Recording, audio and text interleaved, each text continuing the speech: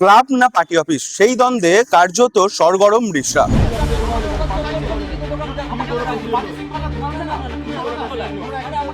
এরা আজকে দেখুন এটা মুছলো কেন? বিজেপি সিম্বলের প্রতি মায়া দয়া নেই তো? আজকে রোহিত বলে ছেলেটি মোছালো যে না, আমরা দখল করিনি। তাহলে আপনি আমি এই বিষয়ে জানি না। তোলাবাজি বরদাস্ত করা হবে না পার্টির থেকে, তো আমরা পুনরায় ক্লাবটাকে উদ্ধার করে আমরা লোগো মুছে দিয়েছি।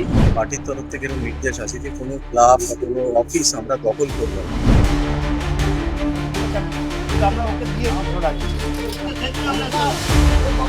রিষড়ার দাসপাড়ার একটি ক্লাব বিজেপি ক্ষমতায় আসার পর বিজেপির সেখানে পদ্মফুলের সিম্বল আঁকা হয় এবং 22 নম্বর ওয়ার্ড লেখা হয় এবং ভেতরে বিধায়কের ব্যানার এবং অন্নপূর্ণা সহায়তা কেন্দ্র বিভিন্ন ব্যানার টাঙানো হয়।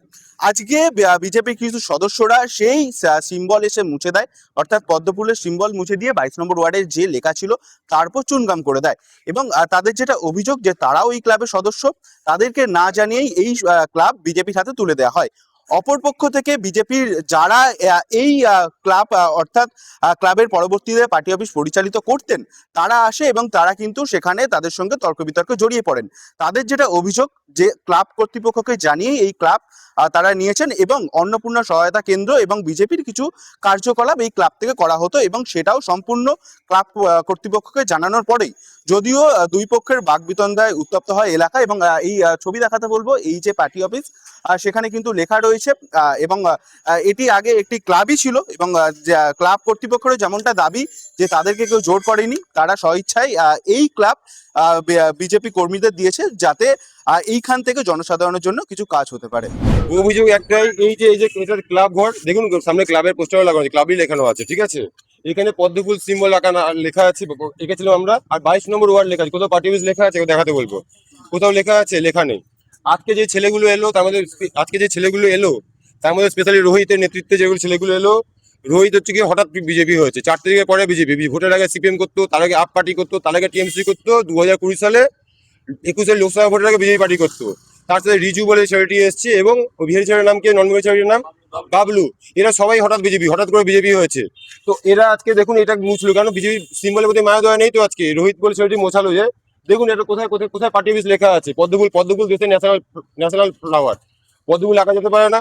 এখানে 22 এইখানে পার্টি অফিস লেখা নেই বা পদ্মফুল লেখা নেই, কিন্তু দেখা যাচ্ছে ক্লাবের ভেতরে বিধায়কের ব্যানার এবং অন্নপূর্ণা ভান্ডারের বিভিন্ন পোস্টার এবং দলীয় পতাকা রাখা রয়েছে। সেই জায়গায় স্থানীয় বাসিন্দাদের একটা অভিযোগ যে এই ক্লাব বিজেপি পার্টি অফিস হিসেবে ব্যবহৃত হচ্ছে। আপনাকে যদি একটু এদিকে আমি আসতে বলবো। আচ্ছা, যদি যে ফার্স্ট বিজেপি আমাদের যে ভাস্করদার ফটো লাগানো আছে, তো আপনার কথা বলে দিচ্ছি, ভাস্করদা এমএলএ, ইলেক্টেড এমএলএ, ঠিক আছে? উনি কোনো পলিটিক্যালি পার্সন হতে পারে না, যখন এমএলএ কোনো পলিটিক্যাল পার্সন হয় না। অন্নপূর্ণা ভান্ডারটা সরকারি প্রকল্প, বিজেপির প্রকল্প নয়, বিজেপি গভর্নমেন্টের প্রকল্প। তো গভর্নমেন্টের প্রকল্প ক্লাব দিতে পারে না? আমাদের এরপরে লক্ষ্মী ক্লাব, অনেক অন্যান্য ক্লাব থেকে তো আমরা গিয়ে প্রোগ্রাম করবো, তাহলে কি সেটা বিজেপি করছে? এখানে কোথায় আপনি দেখান তো, দেখুন এটা ভেতরে আমরা যে পোস্টার রেখেছি, রাখার জায়গা পাওয়া যায়নি, তার জন্য রাখা হয়েছিল। ক্লাবের আমরাই মেম্বার, ক্লাবের উনি মেম্বার, ক্লাবের ওপেনিং এর মেম্বার আছে। দেখুন তো ক্লাবের সামনে ব্যানারটা দেখুন তো, আসুন প্লিজ এবার আসুন।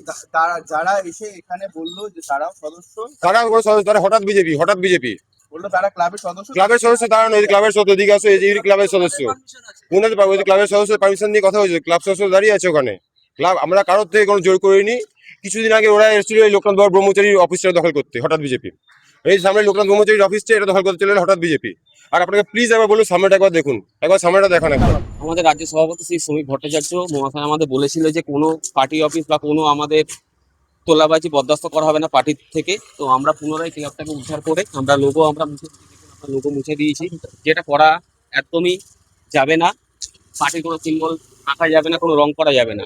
এটা একটা ক্লাব ছিল, আমরা পুনরায় এটাকে আবার ক্লাবই আমরা করে দিলাম এবং বাইরে আমরা জাতীয় পতাকা আমরা এঁকে দিয়ে আমরা এটাকে পুনরায় উদ্ধার করে আমরা ক্লাবকে আবার ফিরিয়ে দেবো এবং এলাকাবাসীর জন্য। এটা কবে দেওয়া হয়েছিল?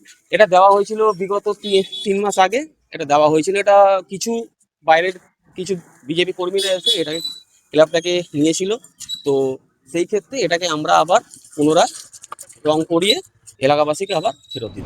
আমি জানি না, আপনি তো চাবি নিতে এলেন। চাবি আমার কাছে রেখেছে, আমি তাকে নিতে আসছি, আমাকে অর্ডার দিয়েছে নিয়ে যাওয়ার জন্য। তো এখন তো মানে আপনারা যে ক্লাবটা দখল করেছেন সেটা তো এখন দখলমুক্ত করা হচ্ছে, কি বলবেন? না আমরা দখল করিনি তো, তাহলে আপনি আমি এই বিষয়ে জানি না। আপনি চাবি নিতে এলেন কেন? আমাকে পাঠিয়ে কে পাঠালো? কে পাঠালো? সঞ্জয়। কে সঞ্জয়টাকে? ওরা জানে ভালো, ওদের কাছে- সঞ্জয়টাকে? ওদের কাছে জিজ্ঞেস কি নাম আপনার?